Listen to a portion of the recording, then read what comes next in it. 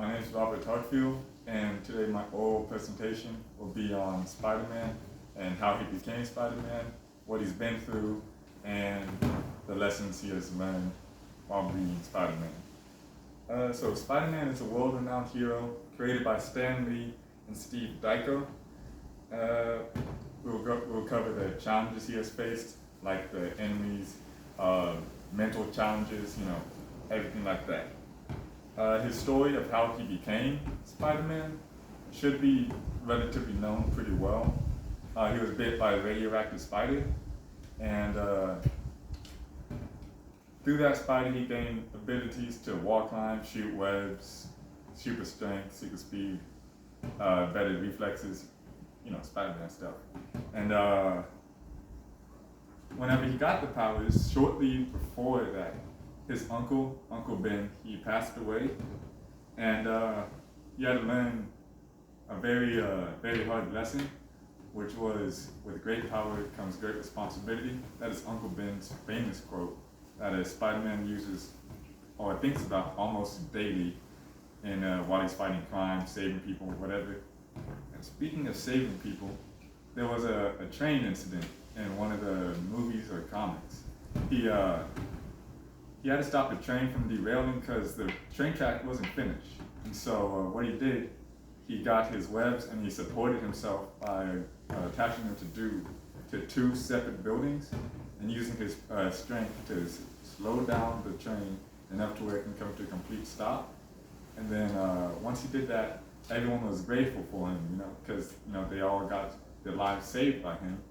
And during that, he was able to increase his popularity, but at the same time, there was some people that believed that he could have done it better and caused minimal damage to the city while saving them.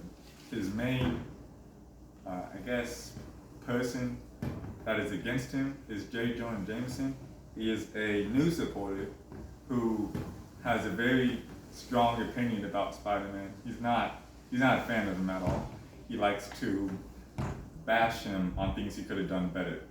One of the things he doesn't like about him is how he's always covering his face. He wants to know who Spider-Man is, which that defeats the purpose of a secret identity, to make sure his loved ones are safe and cared about only by himself.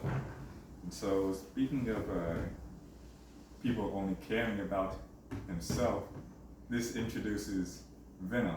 Venom is a symbiotic alien from space that latches on to the host, which makes them feel more aggressive. But while they're feeling more aggressive, they do get stronger, they get faster, they get more powers. They're just all around better, but they are changing mentally and physically.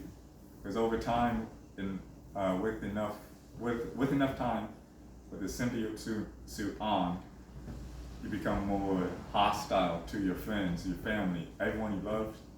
You're just disregarding them, putting yourself first, which is not like Spider-Man at all. And sometimes while Peter would be fighting, Venom, he would learn. He would see what he's doing, how he's fighting crime. Venom wants to stop the crime too. So while Peter is asleep, in the YouTube video, How Does Venom Fight Crime, he wears Peter instead of Peter wearing the suit.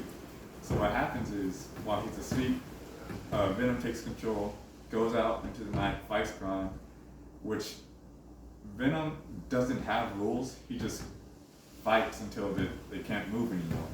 And so that goes directly against Peter's no-kill policy, which makes him have nightmares, thinking about seeing what Venom is doing with his body. So he goes to Dr. Reed, which is part of the Fantastic Four, and he gets a scan on him to see what's wrong with him, what's changing him. It turns out they find who Venom is, what he is. They make a weapon to get him off, but since he is bound to him, like skin, blood, everything, it's not an easy task. So they make a weapon that shoots sonic waves to detach him, and it removes him. But during this time, uh, Eddie Brock is sent into prison by Spider-Man a couple, like a month ago, give or take. And so Venom comes off of Spider-Man. He finds his way to Eddie Brock, and so they have a shared hatred of Spider-Man and Peter Parker, which makes their unity unlike any other before him. And so they're just strong. They're unstoppable for most heroes.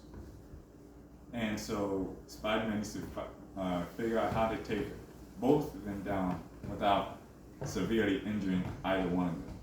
Now, at the end of the day, Spider-Man, he's still human. He still feels all emotions like the rest of us: happiness, anger, grief, love, sadness, all of them, which makes him the most relatable hero in Marvel or DC or any comic. He's able to convey how he feels while fighting through jokes, through being silent, through whatever, which in my opinion makes him the best hero that you can learn a lesson from, which is why I would like to be like him, not obviously without the powers, but like mentally, like always happy, always cheerful, just trying to make the best of every situation. Thank you. This has been my Spider-Man project by Robert Carter.